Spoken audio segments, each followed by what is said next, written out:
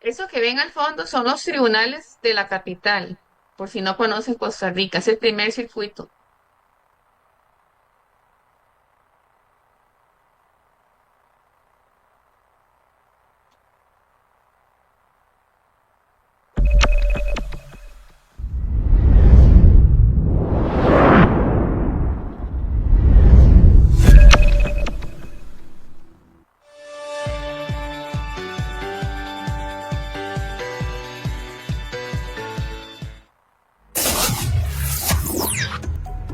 El contenido del siguiente programa es perteneciente a la Facultad Judicial de Derecho Tributario y a FJDT Radio Lex. Asimismo, la facultad y la radio no se hacen responsables por lo que se diga en cada programa. Cada invitado y locutores son responsables de lo que se dice en cada emisión. El contenido jurídico emitido es responsabilidad de cada invitado. Asimismo, locutores e invitados... FJDT Radio Lex. Radio Lex. La justicia en la radio.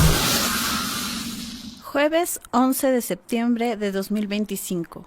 La injusticia en cualquier lugar es una amenaza para la justicia en todas partes. Muy buenas tardes a todos, es un gusto que estén aquí nuevamente con nosotros en este subprograma Acción o Omisión Penal. Los saluda la licenciada Edith Saavedra en compañía del doctor José Alejandro Andrade Páez. Muy buenas tardes, doctor, un gusto estar aquí nuevamente con usted. Buenas tardes a todos aquellos que nos siguen. Muy buenas tardes.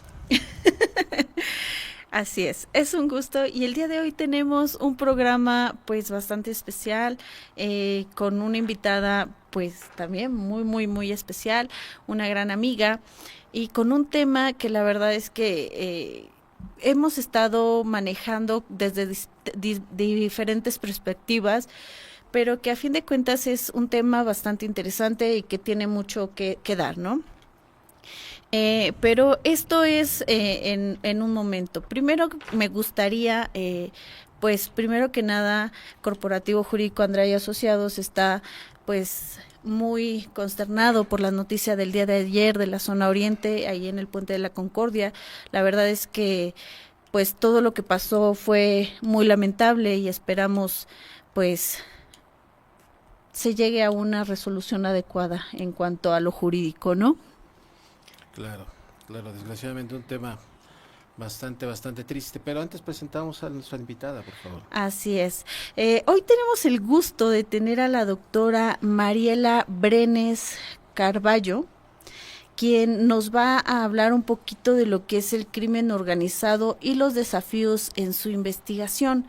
Este tema es bastante interesante. Claro, siempre que hablamos sobre crimen organizado, la primera situación que se nos viene a la mente es una gran decepción, porque ellos sí están organizados. Así es. Pero antes de que entremos ya a lo que es esta introducción y a todo este tema, me gustaría dar una pequeña semblanza de lo que es el currículum de nuestra invitada.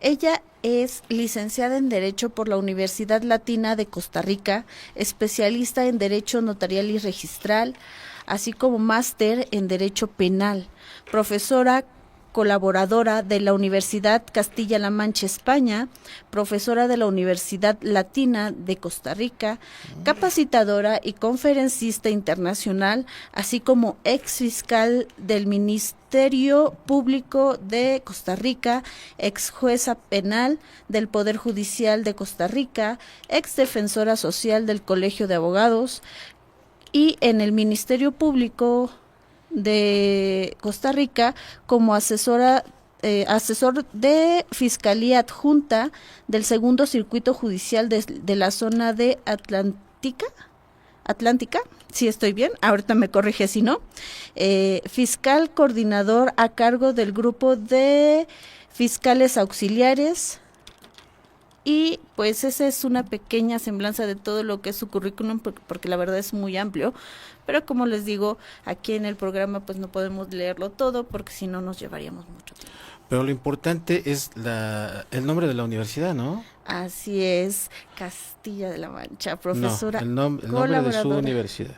El de Universidad Latina. Latina, Costa Rica, así es. Sí, el nombre es excelente. Pero la saludamos, doctora. Hola, buenas noches. Es un gusto para mí compartir el día de hoy, esta noche, con todos ustedes, con los que nos escuchan también. Quiero agradecer formalmente la invitación. Para mí es un honor que me hayan invitado y poder compartir y conversar sobre un tema tan importante como lo es el crimen organizado. Voy a tomarme el atrevimiento de opinar un momento sobre lo que ustedes acaban de indicar en relación a lo de esta noticia de, nosotros le llamamos cisterna, a este tipo de vehículos en Costa Rica.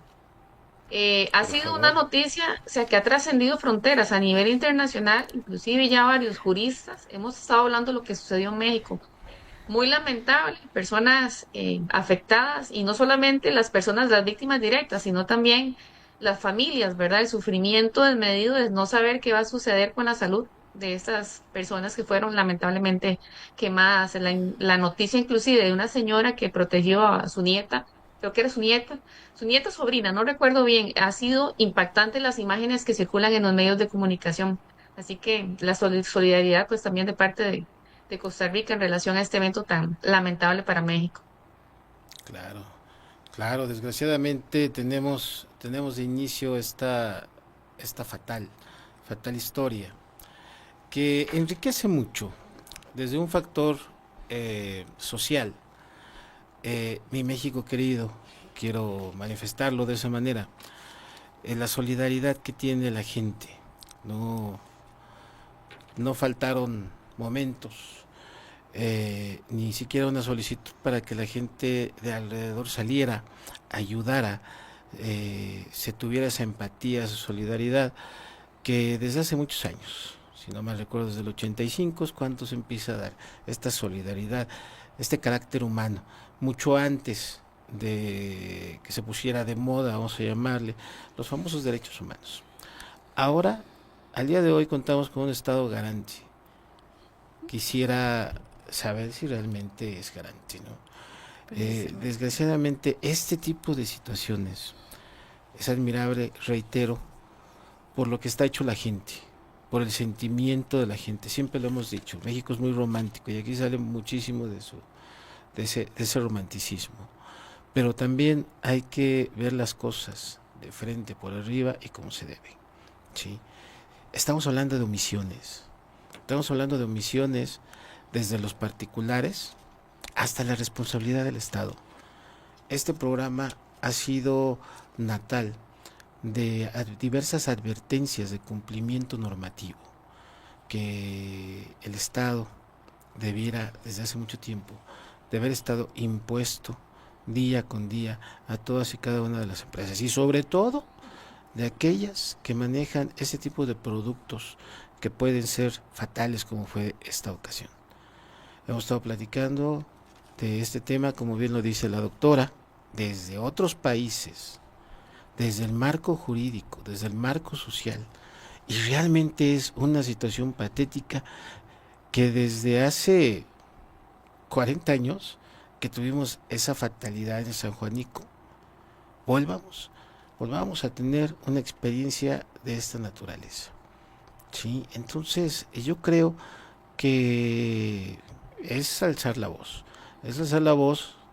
bajo esta tesitura normativa, esta implementación, que ya no solamente es el Estado, que las mismas empresas deben de ser responsables de tener esta situación. Desconocemos la carpeta de investigación, Así eso es. es único, pero de que hubo una omisión, hubo una omisión. O muchas, no nada más una, ¿no? Porque es que es una serie de omisiones por parte... eh, en las redes han circulado muchos rumores que fue porque iba a exceso de velocidad, que fue porque el asfalto estaba muy deteriorado con muchos baches y por eso volcó.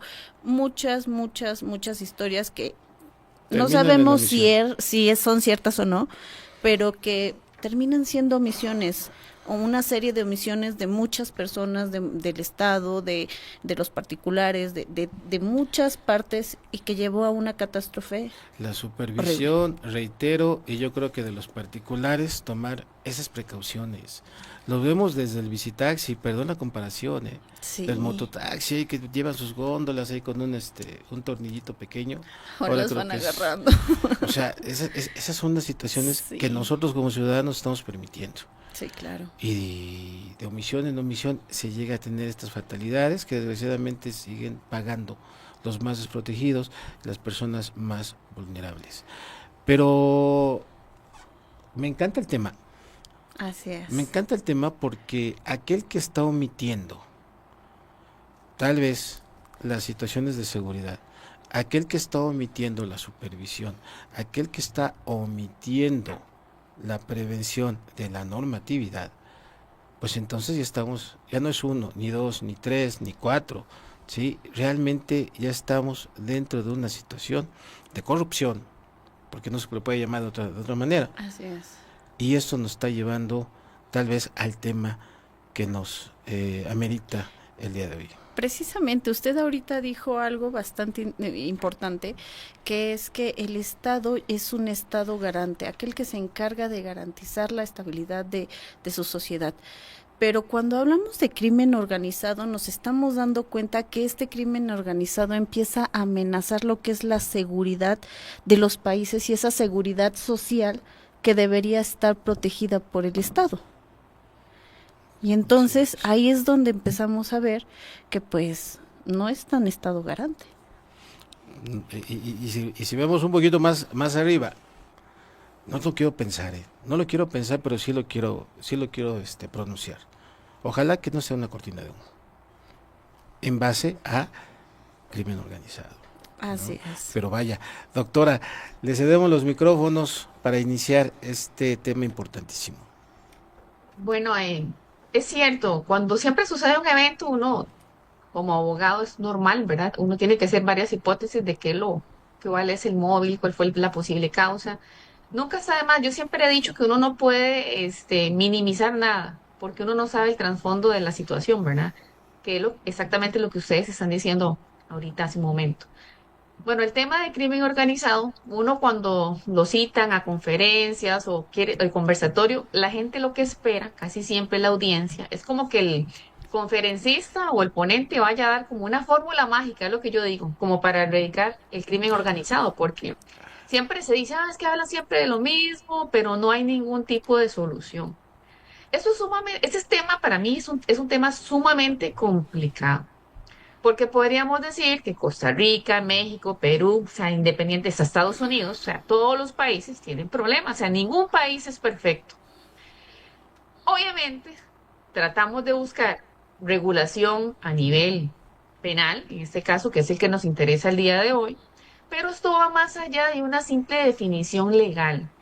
Cada país tiene su propia normativa. Ustedes tienen, pues, yo entiendo que México es muy distinto a mi país. Ustedes tienen, bueno, la ley federal y aparte de eso también tengo conocimiento de que cada estado también tiene su propio código penal, pero para efectos de los delitos de crimen organizado lo tendría que ver en este caso, el juez de distrito, juzgado de distrito, creo que así le llaman ustedes. Juez de control. A diferencia, si estoy equivocada, pues no tengo ningún problema en que me lo hagan saber, pero eso es lo que tengo entendido de la parte de México.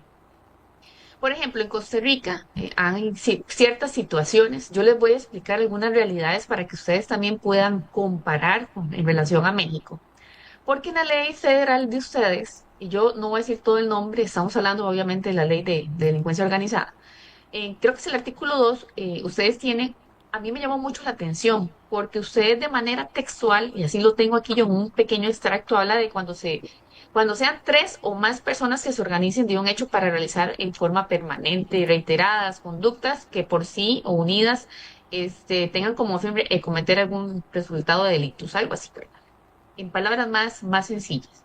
Nosotros en nuestra legislación en Costa Rica, y para que ustedes vean las críticas que yo voy a hacer en relación a que esto va más allá de una simple norma.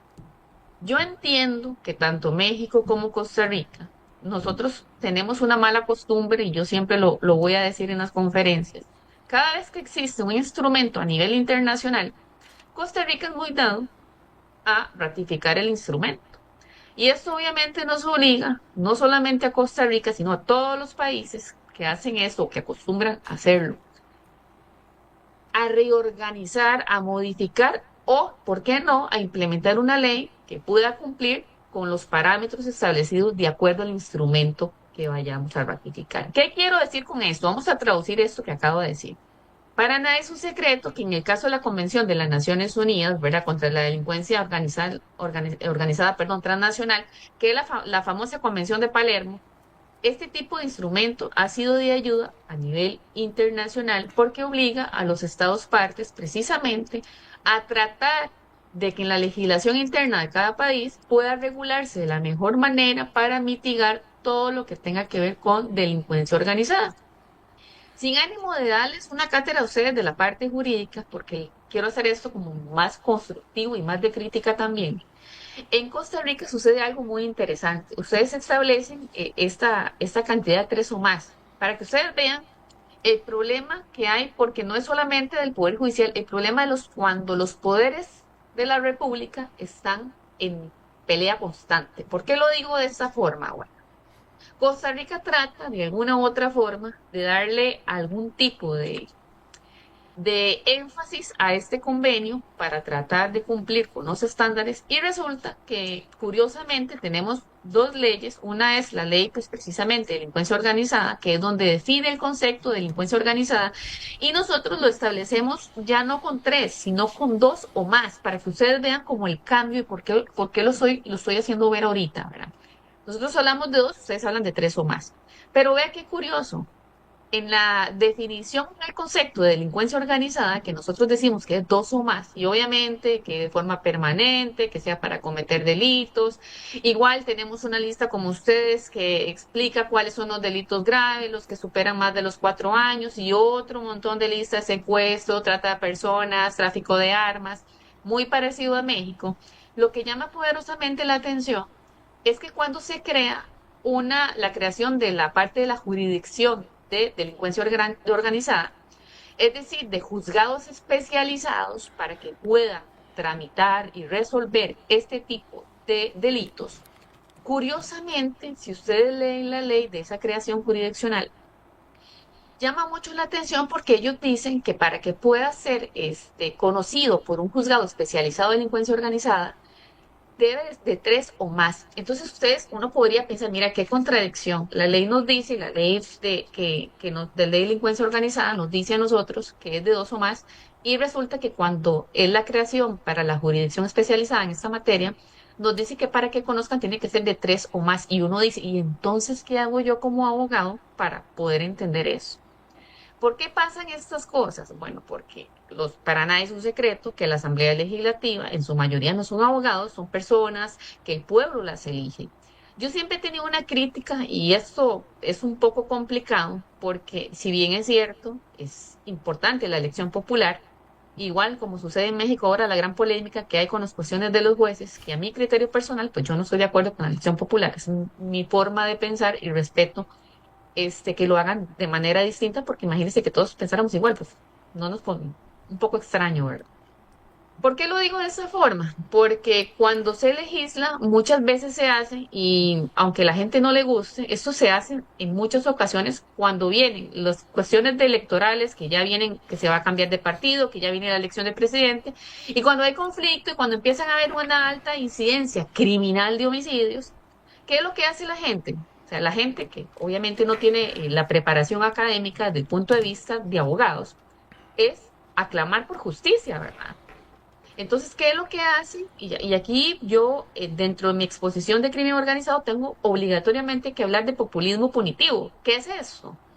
De que la gente quiere que todas las personas que cometan delitos y que si hay bandas organizadas, pues obviamente empiezan a hacer reformas en las leyes, empiezan a aumentar las penas mínimas, empiezan a haber agravantes. ¿Por qué? Porque el gobierno, como estrategia política, y yo, en virtud de que no pertenezco pues a ninguna asociación en relación a este tema, lo hablo de manera muy abierta, lo que se hace es tratar de solventar mediante la idea errada, a mi criterio personal, de que con más delitos, con más penas, el problema de crimen organizado se va a solucionar, y eso no es cierto. Bueno, un tema muy controversial es el tema también carcelario. Ustedes no sé si ya tienen conocimiento, Costa Rica ya está en un proceso de hacer una megacárcel muy parecida a la de Salvador. Por lo menos se ha hablado en los medios de comunicación, tal vez no de manera muy detallada, pero sí se ha dicho que esto va a ser como un proyecto a nivel del Estado con el fin de ser una famosa megacárcel. Y uno se pregunta, ¿ustedes creen compañeros, que el crimen organizado se va a erradicar o se va a minimizar con una cárcel. Y ese es un tema bastante debatible porque podríamos comparar, por ejemplo, lo que está sucediendo en El Salvador. ¿Por qué digo esto? Bueno, curiosamente, si ustedes revisan, yo tengo unos datos, yo me tomé el atrevimiento de hacer una búsqueda ahí a nivel internacional que para mí es sumamente importante, que sí considero que no se aborda en el tema de política pública, porque el problema de crimen organizado no es solo del Poder Judicial, es un problema también del Ejecutivo. Para nada es un secreto que últimamente estamos viendo en crimen organizado personas menores de edad que están siendo reclutadas por Sí. este tipo de bandas organizadas.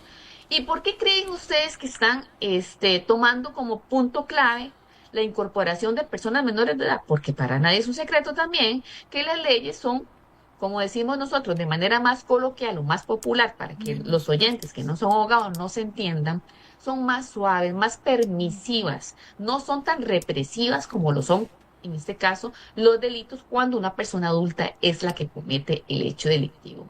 No sé si ustedes tienen conocimiento, pero en el Perú a mí me llamó mucho la atención una reforma que tienen ellos, creo que fue a partir de mayo de este año, en donde para ciertos casos, y si mi memoria no me falla, crimen organizado está, algunos menores de edad, creo que el rango va de 16 años, me parece. Estos menores van a ser tratados como adultos. Recuerdo hace poco que para un congreso un jurista peruano me hacía la pregunta que qué pensaba yo de esta situación, ¿verdad? Entonces yo siempre he sido de la línea de que eso no va a resolver el problema. O sea, el problema es un problema de política pública. ¿Por qué lo digo? Bueno, ¿quiénes delinquen? Personas generalmente en estado de pobreza, personas que no pudieron estudiar, grupos vulnerables, pero muy bonito, como digo yo siempre. Si ustedes ven en algunas charlas o en algunas conferencias explicando por qué la política pública no funciona de un país, llámese Costa Rica o llámese México. Por ejemplo, el famoso BIP, vamos a ver si encuentro el datito porque yo sí lo tengo por acá, de lo que es lo que el país va a tener como presupuesto para la inversión, en este caso de la educación, por ejemplo, de seguridad y justicia social. Para el 2025, según unas fuentes que he consultado, quise hacer como una comparación entre Costa Rica y México para ver cómo el gobierno estaba funcionando en relación a esta parte del BIP, ¿verdad? Del 2025. Y según las fuentes que consulté, decía que el BIP, por ejemplo, en educación, la inversión, ¿verdad? Del 3,2% del BIP es para México y del 5,51% del BIP para Costa Rica. Entonces sabemos que la OCDE, ¿verdad? Que es pues la que hace como la referencia de lo que, la importancia de lo que es la inversión en educación, también en seguridad y justicia social. Vemos que, por ejemplo, México está en 0,9% del BIP, ¿verdad? Costa Rica tiene el 2,14%. ¿Qué quiere decir eso? O sea, que no se está invirtiendo de manera honesta recurso importante en la educación. ¿Qué está pasando en los colegios públicos? No sé cómo lo funcionará en México, pero les voy a explicar aquí algo que para mí es sumamente gravoso y que nadie le ha prestado atención en Costa Rica. Es en relación precisamente a ese reclutamiento de personas de menores de edad en los grupos de crimen organizado. En los colegios públicos, que es lo que yo voy a abordar, en los colegios públicos está pasando algo que a mí me llama muchísimo la atención y yo también doy capacitación a algunos centros educativos. Y es que si ustedes ven, para mí uno de los tantos desafíos que hay en este tema es la parte de tecnología. Imagínense ustedes cómo va a combatir, por ejemplo, el Estado, específicamente en el área educativa, cuando los menores de edad ingresan a los centros educativos con celulares. Y ustedes podrán decirme, y aquí pueden haber miles de personas criticando lo que voy a decir, que cómo se me ocurre a mí pensar o de alguna manera tratar de que un adolescente, por ejemplo, o un niño, no tenga contacto con los medios tecnológicos. O sea, yo no es que no tengan contactos, es que imagínense ustedes los que superamos más de los 40 años, en nuestros tiempos de escuela no había medios tecnológicos. Entonces, si pasaba alguna emergencia, ¿qué era lo que hacía generalmente, por ejemplo, el educador? De llamar al teléfono fijo de la mamá, del adulto. Entonces, se nos ha vendido también una idea errada por parte de las personas y por parte, ¿por qué no del Estado? De que sea tan permisivo, por ejemplo, que un medio tecnológico esté utilizándose en la parte de educación cuando debería, a mi criterio personal, estar la persona menor de edad enfocada directamente en la parte educativa con lo que le brinda, ya sea las pantallas digitalizadas, por ejemplo, de un centro de educación, o por qué no el propio educador, o por qué no los libros de enseñanza que se utilizan. Y sonará un poco muy anticuado lo que estoy diciendo, pero imagínense ustedes, y lo digo porque también fui fiscal y también estuve a cargo en algún momento de casos de crimen organizado. Los menores de edad que son reclutados, por ejemplo, se los pongo así en un caso muy particular que también conocí, se le mandaba por medio del mensaje celular al menor de edad que estaba en el centro educativo en qué momento tenía que salir, en qué momento tenía que ir a recoger la droga al portón, en qué momento tenía que ir a hacer la distribución. Entonces vemos que los medios tecnológicos no es que uno los satanice, es que hay que tenerle restricciones. Costa Rica está en un proyecto en ese momento en la Asamblea Legislativa para lo que es la regulación precisamente de los medios tecnológicos, entendiendo, por ejemplo, el celular a los menores de edad. Entonces, primer desafío, parte tecnológica, inclusive la no regulación de eso en los países. Creo que es Austria el que acaba de vetar pues, el uso de celulares de las personas menores de edad en centros educativos. Aunado a esto, imagínense ustedes la parte policial. Las policías en Costa Rica, el Poder Judicial tiene el organismo de investigación judicial, que es los que se encargan de hacer todo lo que el trabajo de investigación en relación a crimen organizado. ¿Cómo va a combatir sin presupuesto, por ejemplo, el Poder Judicial, el crimen organizado cuando ya los criminales están utilizando, por ejemplo, drones para hacer seguimientos, vigilancias?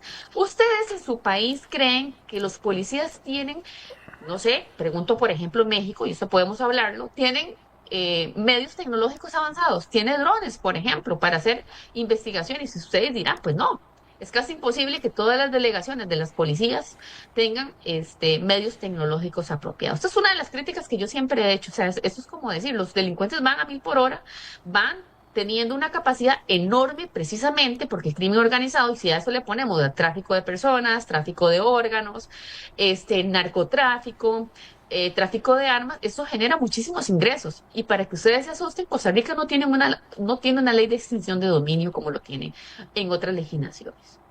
Entonces, vemos que hay una enorme problemática en relación a este tema. Me gustaría también ver la posición para ir retroalimentándonos en relación a lo que acabo de decir, como lo tiene, por ejemplo, México, ¿verdad? Porque veamos que la comparación entre un país, el vuelo creo que dura como 2 horas y media de aquí a México. Es decir, no estamos tan lejos y tenemos realidades también muy distintas. Yo le comentaba a una amiga mexicana, una abogada, que Costa Rica no tiene tipificado la desaparición forzosa, a diferencia de ustedes, ¿verdad? Que en ciertos tipos penales van sumamente avanzados y que sabemos que el crimen organizado pues se vale de sus artimañas para poder inclusive engañar a víctimas. Yo veo noticias en México y yo quedo totalmente impresionada de la cantidad de personas desaparecidas, ¿verdad? Y que sabemos muy bien que está el tráfico de personas, que eso lamentablemente ha sido un puente para otros países, no solamente para México, también para Colombia. Seguridad y justicia social, volvemos al mismo punto medular. Desafíos, como lo digo, que no solamente, porque uno cree que cuando habla de crimen organizado únicamente va a hablar de la parte teórica, de la parte normativa, del tipo penal, qué elementos lo componen. No, hay que ser hincapié en que eso no es solamente limitarnos a lo que diga el código o cómo se tramita el procedimiento. Es algo importantísimo a nivel nacional, a nivel de política pública. Entonces no es solamente un problema del Poder Judicial, es un problema político, es un problema donde tienen que haber lineamientos internos entre las instituciones para poder solventar esto, y a nivel internacional también. Y uno ve el papel, y yo siempre he dicho, es que el papel aguanta todo lo que se le ponga. Porque mira qué bonito, tenemos protocolo contra las trata de personas, especialmente mujeres y niños. Y uno dice, mira, protocolo contra el tráfico ilícito también. Pero, ¿de qué forma podemos tener mucho en el papel? Tenemos los recursos, tenemos presupuesto para invertir en educación, para evitar, por ejemplo, que existan familias disfuncionales en pobreza extrema. Entonces vemos que el crimen organizado se vale de toda esta situación, que es un problema del Estado, no es un problema solo del policía. Claro, claro, es un problema tan sencillo, pero tan difícil de entender y solventar, ¿no? Sí, es cierto, hablamos de educación. La educación sobre la primera esfera social, que es la familia. Desde ahí estamos mal. La falta de educación, la falta de principios, la falta de ética social y familiar, evidentemente, ¿no? Pero bien se dice que todo, todo pueblo tiene el gobierno que se merece, que si lo traducimos, lo que es adentro es afuera y lo que es de afuera es adentro. Tenemos esa situación típica de cada país. ¿Qué educación le estamos dando a los hijos con la música? Música de narcotraficantes, música ofendiendo a la mujer, música en la cual se sobrepone un nivel machista sobre una sociedad. La tecnología. Algo bastante interesante e importante, porque estamos en un siglo XXI que desde sus inicios empezó una evolución constante de esta tecnología y ha llegado a puntos que la verdad es que nadie se imaginaba que iban a llegar. Y ahora es muy indispensable esta tecnología, pero también muy dañina, porque precisamente en algún momento nosotros estuvimos en una conferencia en donde precisamente decíamos, ya somos zombies de la tecnología, o sea, no la tecnología nos está ayudando, sino nosotros estamos absorbidos completamente por la tecnología. Y es muy cierto eso que dice, en las escuelas y pues malmente los padres de familia siempre pedimos que dejen entrar a sus hijos o a los hijos con teléfonos celulares, porque en ciertas ocasiones los papás no tenemos el tiempo de estar 100% pendientes de ellos, tanto en la entrada como en la salida, y tomamos como pretexto el que ese teléfono es precisamente para tenerlos ubicados, para saber en dónde están, para saber con quién hablan, para poderles marcar en ciertos momentos, pero también soy yo de la idea de que sí es cierto, cada cosa tiene su lugar y su momento, y la tecnología es eso precisamente. Claro, claro, como pretexto escuchó bien bonito, ¿no? O sea, le doy un teléfono a mi hijo para que lo tenga bien localizado. Pues sí, pero es el 0.0001 de los minutos que destinamos realmente para ello, ¿no? Así es. Todo lo demás son redes sociales. Realmente nos estamos volviendo zombies, por supuesto. En la educación están copiando, están pegando. Se les pregunta algo y se van al celular. Y si no es el celular y se los quitamos, no saben absolutamente nada. Entonces, ¿a qué es a lo que nos estamos reflejando? Y sobre todo, ¿a qué es a lo que estamos orillando a estos jóvenes? Sí es cierto, cuando hablamos de la tecnología, pasan muchas cosas. Pasan muchas cosas, y sobre todo cuando hablamos de seguridad pública, que es inaudito, porque... Vieras que yo quiero contarles algo. Adelante. Sí, vieras que Costa Rica tiene algo que está, yo diría que hace como esto empezó como en el 2017 aproximadamente. Y lo digo porque yo trabajé 18 años en el Poder Judicial. Entonces uno ha visto el cambio abismal, increíble, o sea, increíble, increíble de las audiencias y de los juicios actualmente. Yo siempre he sido una defensora de que en el debido proceso, como tiene que ser, ¿verdad? Porque estamos en un Estado de Derecho, no se le pueden vulnerar ninguno de los derechos, ni a tanto al imputado ni a la víctima tampoco. Pero curiosamente, en Costa Rica hubo una ley, la Ley de Fortalecimiento de las Finanzas Públicas, que vino a cambiar sustancialmente lo que es los ingresos de los funcionarios públicos, por ejemplo, los salarios de los fiscales, los salarios de los jueces, y eso creó una gran ola de renuncias en el Poder Judicial. Y uno diría, pero ¿cómo yo puedo sostener eso? Mire, la mayoría que estuvimos en aquellos años, después de que yo renuncié en el 2020, para ser más exacto, cuando yo renuncio, empiezo a escuchar esto de la ley de los fortalecimientos de las finanzas públicas, y algunos compañeros, por ejemplo, con esta reforma que se dio en Costa Rica, le faltaban 5 años para ya jubilarse o para retirarse, para pensionarse, como quieran decirlo. Y curiosamente, con esa reforma, ellos me decían que en lugar de 5 ya eran 15 años. Entonces, imagínense la frustración del funcionario público, porque ya no hay un incentivo adicional en la función pública. Y esto es sumamente preocupante, porque muchas personas, inclusive policías, donde ya el gobierno había invertido una enorme capacitación específicamente también para combatir el crimen organizado, es decir, capacitaciones en el área forense, capacitaciones de investigación, todo este tipo de personas o este personal renunció y adivinen qué es lo que ha sucedido. Ha sido una gran crítica a nivel nacional porque esas personas fueron, no digo que todas, ¿verdad? Porque sería mentir, pero sí muchas fueron contratadas por grupos criminales. Obviamente, ¿por qué? Porque vemos un fiscal que tiene años de estar afuera, pues obviamente ya defendiendo a grupos de crimen organizado, aprovechando la gran experiencia que tuvo en la función pública. Entonces, cuando usted les pregunta a algunos compañeros, ellos me decían, vea, Mariela, es que ya no hay incentivos. O sea, es decir, por ejemplo, con el cambio sustancial que hay en el salario, yo gano más como defensor que eventualmente ya como juez. Entonces, vean qué grave, porque por tratar de solventar algún tipo de solvencia económica a nivel de hacienda pública, se vio afectado la función del Poder Judicial. Y no sé si ustedes han tenido conocimiento, pero Costa Rica, por ejemplo, últimamente hay noticias donde se ha infiltrado el tema de corrupción, jueces ya investigados ligados al crimen organizado. Uno se escandaliza aquí en Costa Rica porque eso no era frecuente. Entonces uno dice en qué momento está sucediendo esto a nivel nacional, pero uno tiene también que hacer un análisis de todas las normas, las reformas que han sufrido, por ejemplo, el Poder Judicial. Vemos debates de presidencia, presidente, por ejemplo, hablando en relación al fiscal general y vemos que es una lucha de poder terrible de los de los poderes de la República, donde son totalmente independientes y se ha perdido el respeto a nivel nacional en relación a esa independencia que debe prevalecer entre los poderes. Entonces hay un desaliento y también es sumamente preocupante. ¿Por qué? Porque personas, por ejemplo, investigadores con bastante trayectoria, ya los vemos reclutados en las células de crimen organizado. Entonces vean la gravedad de esto, porque no es simplemente decir, bueno, tenemos desafíos, es cómo solventamos esta situación a nivel nacional. ¿Qué es? Fue un error, por ejemplo, la ley de fortalecimiento de las finanzas públicas. O sea, este tipo de cosas es de pensar, no es simplemente llegar y hacer leyes.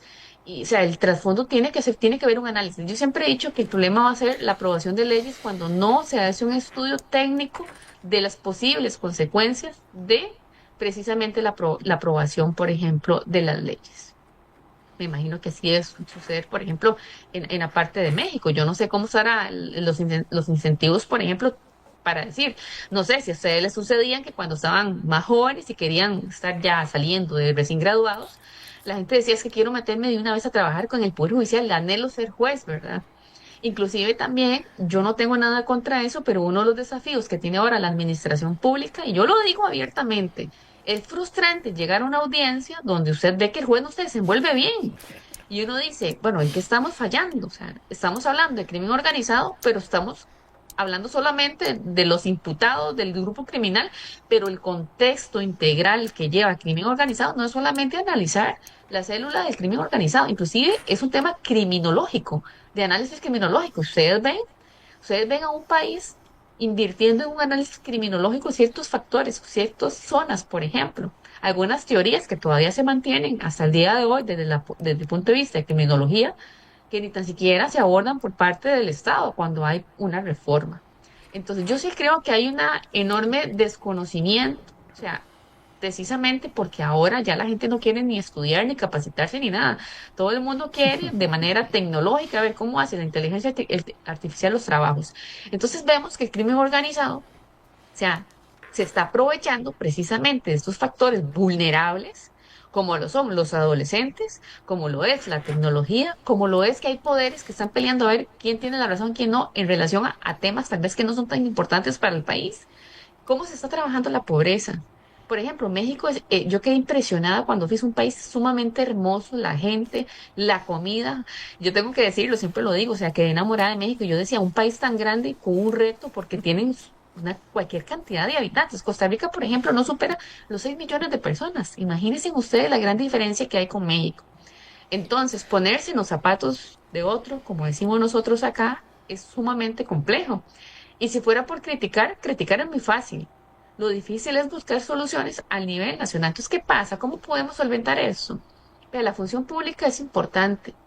Si la función pública no tiene un norte, si no se sabe ni cómo van a resolver una audiencia porque no saben manejar una audiencia, y uno ve cada cosa y se siente desilusionado, por ejemplo, en el tema de elección de jueces, yo siempre he sido muy crítica de eso, porque yo sí creo en la formación y yo sí creo en la capacitación, en los exámenes, y hay que tener mucho cuidado en este tema, porque cuando son, por ejemplo, elegidos de forma popular, yo tengo una discrepancia aquí en Costa Rica en relación a la elección de los magistrados, que para efectos de nosotros son los de la sala, por ejemplo, el máximo ya órgano, la sala tercera, que es la sala penal, la que ve los recursos de casación. El tema de elección, ¿cómo es posible que se nombre, por ejemplo, en un alto mando tan importante la función que cumple un magistrado de una sala penal, que no se le exija, por ejemplo, experiencia en la judicatura? Bueno, yo soy de la línea antigua y tal vez caigo mal por eso y siempre lo voy a sostener. Creo que uno tiene que quemar facetas y creo que ella decía algo cuando dijo mi currículum. Yo fui muy respetuosa, yo siempre quemé las facetas, o sea, yo siempre he creído que uno puede em, aspirar a un puesto muy alto si usted no tiene la carrera judicial, porque es donde usted va aprendiendo con el tiempo cómo es que va evolucionando usted como profesional, cómo es realmente. No la teoría como tal, porque sí, es importante saber la teoría porque no hacemos nada si vamos a juicio si no sabemos la parte académica. Pero Mm, vemos que esas falencias institucionales también se está aprovechando el crimen organizado, precisamente funcionarios con corrupción, funcionarios que se ven tentados con los ofrecimientos dinerarios. Entonces es un problema a nivel de Estado. así es, Sea, desgraciadamente me gustaría saber, y haciendo amena esta conversación, por ejemplo, ustedes qué opinan o no sé si lo harán o no, o tal vez no debería hacer esta pregunta en el tema, por ejemplo, de elección de los jueces de México. Yo claro. quedé muy sorprendida porque uno diría, pues puña, qué complicado, ¿verdad? Uno decía, ¿cómo es posible que hasta cierto punto, hasta de qué manera podría influir o no un cartel, Claro, por ejemplo, de claro, al narcotráfico en un 100%. tipo de elección popular? Es sumamente peligroso. No, y definitivamente se aplica, ¿no? Definitivamente se aplica, pero pues no se crea, fue para mandar a litigar a los jueces, para ver si realmente sabía, ¿no? Fíjese que la importancia que tiene todo esto y lo que usted está diciendo y cómo se refleja, no solamente en su país ni en México, sino, pues bueno, en toda América Latina. Así es. Estamos hablando de leyes. Las leyes se deben de acoplar a la sociedad, A las no la necesidades. sociedad a las leyes, y mucho menos por caprichos populares, porque las cosas hay que hablarlas como son. Así es. Las legislaciones se han encaprichado a intereses políticos y esa es donde ya no se puede manejar de tal manera. ¿Cómo serán los delitos tan reiterados que necesitamos tener legislaciones especiales Específicas. para un tipo penal? O Sí. sea, desde ahí está la desorganización. Evidentemente, México querido no podía ser De no otra puede, manera. sí, no puede ser la excepción. ¿Cómo estaremos en una situación de un asesor jurídico que también por ahí se llegó a nombrar? Un asesor jurídico que tiene que ayudarle al Ministerio Público a hacer su chamba, ¿No o al juez? está de sobra, porque un asesor jurídico en un juzgado, pues son un 80, pues sí, en un 80% de las veces se allana en todas y cada una de las argumentos expuestos por la representación social. Y eso yo creo que es todo menos jurídico. Sí, claro. ¿Cómo se da esta faceta de jueces populares, de elección de jueces? Pues claro, evidentemente que va a existir una rama. Estamos, sí es cierto, en un estado funcionalista, en un estado que requiere muchísimas cosas, pero lo que menos se requiere es que empresas, vamos a llamarle de esa manera porque pues eso es parte de la liberación, estas empresas formen parte de esa eh, totalidad de elección para poner o no a un juez. Y cuando empezamos con ritos, pues mejor, creo que ya es otro tipo de situación. Doctora, tenemos muy poco tiempo, realmente, y yo Se creo nos que fue tendríamos volando que el tiempo. puntualizar un poquito, pero también tenemos temática, otra temática relativa a su persona. Tenemos próximamente nuestro... El quinto Congreso Internacional contra la Violencia, que precisamente se va a llevar a cabo ahí en Talavera de la Reina. Y pues tenemos por ahí, nos pasaron el dato de que usted también va a estar ahí con nuestros amigos de Sermovie. Y si Dios me lo permite, ahí estaré. Ya compraba el boleto, ya queda decisión de lo que sucede en estos días, que esperemos que todo salga bien. Pero sí, es un congreso muy importante a nivel internacional, tiene mucho eco su voz por el contexto, como el tema lo dice, pues la violencia de diferentes perspectivas. Es un congreso muy interesante porque unos abordarán desde el punto de vista penal juvenil, otros desde el punto de vista de infancia. Entonces yo diría que multidisciplinario porque hay psicólogos, hay criminólogos, van a haber juristas, jueces, fiscales, exfiscales, letrados de España. Sermove cumple para mí una labor social sumamente importante porque es concientizar precisamente a la población. A veces se nos olvida, nos olvidamos en realidad de los vulnerables, ¿verdad? Y uno dice, mira, solo estoy pensando en mí, en mis problemas, pero ¿qué pasa con la sociedad? ¿Qué podemos hacer? ¿Qué cambios podemos hacer? Y de hecho, sí, que ustedes van a ir también. Me dijeron que van a estar presentes, pues ya nos conoceremos de manera presencial. Y es un evento, como lo digo, de mucho eco, donde yo siempre le digo, si todos los que puedan estar conectados, porque también se va a transmitir por los medios de Facebook, y la conexión van a ser miles de personas. El año pasado fue cualquier cantidad de gente conectada y el auditorio estaba sumamente lleno porque se tocaron temas que también influyen en la parte de la administración pública. Entonces, quiero aprovechar para invitarlos también a todos los que nos están escuchando a que se puedan conectar. Si no pueden ir a España, pues que se puedan conectar para que escuchen las ponencias que van a ser muy interesantes porque tienen diferentes perspectivas. Y yo siempre he dicho, también a los estudiantes de derecho y por qué no también a nosotros los abogados, el derecho comparado nos permite formar criterios, inclusive realizar proyectos y modificaciones a nivel nacional cuando vemos que algo está resultando en otro país.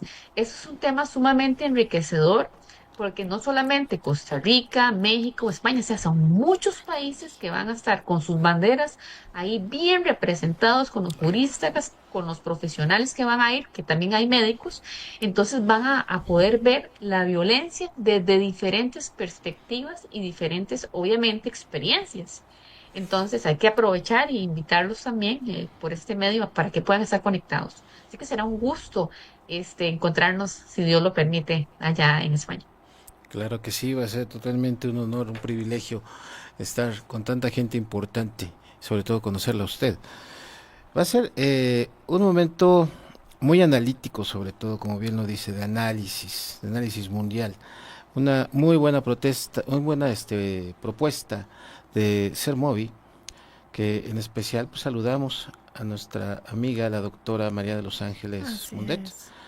la cual, pues bueno, es la organizadora de todo esto, la responsable, y que, pues bueno, nos ha invitado y con gusto vamos a formar parte de ello. Conciencia contra la violencia, doctora. ¿Qué nos deja? Quiero aprovechar también el tema para bueno, para dar la conclusión al tema al día de hoy. ¿Qué nos deja la conciencia contra la violencia con respecto al crimen organizado?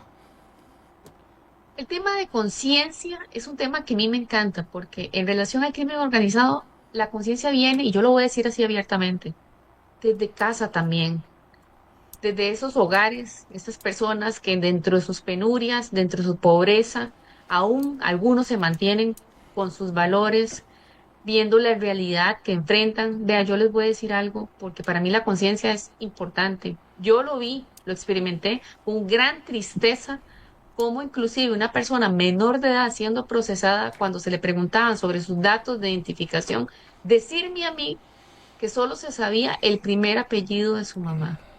Y cuando yo le pregunté por qué solo se sabía el primer apellido de su mamá, me decía, es que mi mamá nunca la veo. Ella se levanta a las 5 de la mañana, se va a trabajar a las bananeras en aquella zona tan conflictiva de la zona atlántica, y yo paso solito en la casa. Y yo veía a esa persona, tenía 12 años.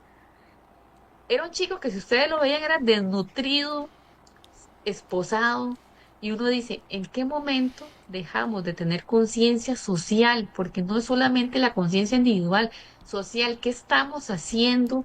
Porque violencias, cuando hablamos de violencia, no es solamente golpear a una persona o una mujer, es precisamente violentar derechos fundamentales de las personas sin hacer distinción alguna. O sea, niños, adultos, ancianos, mujeres, no podemos hacer distinción. Entonces, cuando hacemos conciencia realmente de del problema que tenemos, de los derechos que tenemos también y de lo que debemos hacer cada uno, entendiéndose como persona de manera individual y también como colectividad, es que por lo menos va a cambiar algo. Si nosotros actuamos de manera independiente, con un ego desmedido, sin amar lo que hacemos desde la función pública, el país no va para ningún lado. Entonces la violencia va más allá, como lo digo, de un castigo físico. Es algo emocional, algo que vive, que tiene una respuesta social, lamentablemente, para efectos ahorita de 2025, no buena. ¿Por qué? Porque la gente ya no le interesa. No le interesa el prójimo, no le interesa las personas y se aíslan en su propio núcleo y dejan de lado aspectos, por ejemplo, como este que estamos hablando de crimen organizado, porque únicamente nos enfocamos en los grupos, pero se nos olvida qué lleva a conformar un grupo criminal, qué hay detrás de esa persona que está conformando un grupo, qué vida tuvo, qué medio de subsistencia tuvo, qué educación tuvo. Entonces hay que hacer conciencia social para evitar la violencia emocional y la violencia física también. Claro, por supuesto. A lo mejor siendo familia, estamos entornando ese grupo delictivo sin darnos cuenta, porque lo estamos formando. Fíjese que yo me atrevería a hacerle una pregunta acerca de un criterio. Por ahí se tiene en la obra de Raúl Carrancay Rivas, ¿el Perdón. delincuente nace o se hace? A su criterio, ¿el delincuente nace o se hace? Mira, que es una pregunta complicada. Estuvimos debatiendo, yo doy algunas clases de criminología, ¿verdad? Y obviamente hay autores ya antiguos, conocidos por los de derecho penal. Yo siempre he dicho que no se puede hacer, siempre hay excepciones. O sea, uno no puede decir que siempre es todo blanco o siempre es todo negro. Yo diría que la mayoría se construye. La mayoría. Hay excepciones como todo, pero tiene mucho que ver el entorno social. Sí, claro. Y usted podrá debatirme aquí con, pues, con criterios criminológicos y teorías, por ejemplo, criminológicas y decirme, no, pero es que también hay gente que se le dio, los delitos de cuello blanco, que se les dio todo y al final, mira, siempre Poder. tuvo, ajá, cometió un delito. Eso es un hecho aislado, tal vez no serán como los muchos, ¿verdad? Pero yo sí creo que se construye porque tiene mucho que ver el entorno. Si es un niño que ha sido abusado sexualmente durante muchos años, que solo vio agresión, evidentemente va a generar un patrón. Y esto va a tener una consecuencia también a nivel psicológico. Entonces, desde el punto de vista criminológico, yo siempre he creído en lo personal que el delincuente se hace, no nace. Tiene mucho que ver cómo se cría una persona, qué valores se les Así inculca, es. qué amor hay en un hogar. Entonces, yo soy de esa línea. Como lo digo, habrán excepciones, como todo en la vida, lo habrán, pero yo me caso con la idea de que se hace. Claro, por supuesto. Raúl Carrancá argumentaba algo parecido. El delincuente nace o se hace. El delincuente se hace dependiendo De a su la entorno. sociedad podrida, si se refería a la sociedad podrida en la que se rodea. Y esa sociedad podrida en la que se rodea, pues pueden ser esos grupos criminales que sin darnos cuenta, pues bueno, vamos creando punto a punto. Y no nada más, pues, esta teoría, sino también, por ahí tuvimos una plática muy amena con una psicóloga, una muy buena amiga psicóloga, y precisamente ella también expresaba eso, que el entorno en el que se desarrolla una persona puede influir mucho en el sí puede o comete un delito o no. Entonces es bastante interesante. Bueno, pero esto cuando venimos y tocamos las puertas de la neurociencia, ahí ya nos dicen Otra otras cosa, cosas sí, sí, que sí, también son bastante analíticas e interesantes. interesantes. Así Ya la es. neurociencia pues nos está alcanzando a tener otro tipo de criterios y eso es bastante bastante bueno, ¿no? Así es. Y pues Es un tema interesante, porque esto que ustedes están hablando tiene mucho que ver, por eso yo decía que a nivel país, yo no he visto que el Estado gaste en análisis técnicos propiamente de la población, a lo que me refiero, ¿verdad? Porque ustedes tocaron un tema, o sea, hay un autor, habrán otros, por ejemplo, la teoría de la anomia, la teoría de etiquetamiento, de control social, y todos ellos abarcan desde otra perspectiva, la teoría de Chicago, que es una de las famosas. eso Y es a mí muy me llamaba importante, mucho la sí. atención porque yo he visto en los colegios, y yo soy mucho de la parte juvenil, ¿verdad? Cómo a los niños se les aplicaba y se les aplica actualmente la teoría del etiquetamiento. O sea, es decir, un niño, por ejemplo, comete un adolescente un hecho no apropiado en la institución y el bullying, el famoso bullying que hay ahora en los centros educativos, lo tacha por ese evento como problemático y llega, por ejemplo, el menor de edad a creerse en la mente que él es problemático y empiezan entonces las conductas repetitivas. Sí, Entonces, claro. a mí me encanta este tema que ustedes están hablando, la parte de las teorías, porque cada una tiene su fortaleza, igual que sus Claro, por debilidades, tendrá sus supuesto. críticas, ¿verdad? Sí, sí, sí. Muy bien. Pues se nos acaba el Vamos tiempo. acabando, pero no sin antes, pues bueno, volver a pronunciar Así la situación de es. Toledo, ¿no? Así es, pues primero que nada agradecemos mucho, mucho, mucho que nos acompañara en este programa. La verdad es que se nos fue súper rápido el tiempo. Cuando algo es ameno se va volando y esta fue una charla amena que esperamos y a todos los que nos están escuchando les haya agradado y les deje esa semillita que siempre tratamos de implantar este programa y Corporativo Jurídico Andrade y Asociados. Corporativo Jurídico Andrade y Asociados va a estar en este 5º Congreso Internacional Conciencia contra la Violencia, que se va a llevar a cabo los días 23 y 24 de octubre, si no me equivoco, en Toledo, España, en Talavera de la Reina. Entonces, Sí. ahí estaremos, por favor, por ahí estaremos subiendo la información en nuestras redes sociales de Facebook, que nos encuentran como Búho Andrade o como Corporativo Jurídico Andrade y Asociados, en Twitter, en TikTok, igual nos encuentran de la misma manera, y por ahí vamos a estar subiendo la información para que, como dijo la doctora, si no pueden ir a España, se conecten y puedan ver estas, pues tan importantes conferencias que van a dar muchos juristas amigos y expertos en la materia. Claro, claro, claro. Y otra sorpresa para noviembre, ¿no?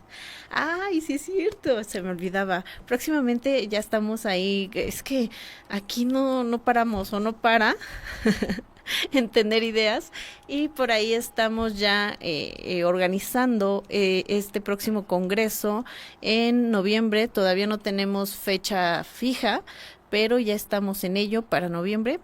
Obviamente, va a ser con relación a los otros dos congresos que tuvimos este año, que fue Derecho Societario, Delitos Económicos, y vamos a terminar un poco con lo que es el compliance, y hablando de lo que pasó el día de ayer, que es bastante importante que las empresas conozcan con relación a lo que es el compliance y el debido cumplimiento.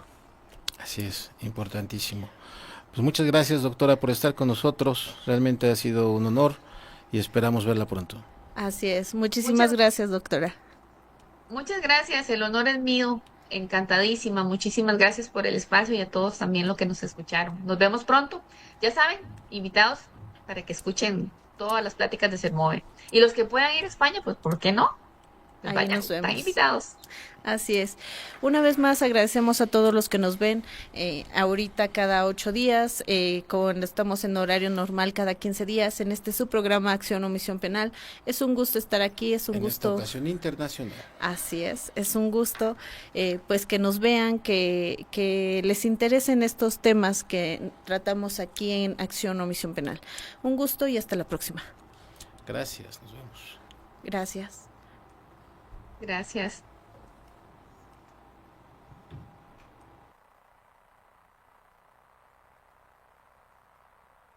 SJDT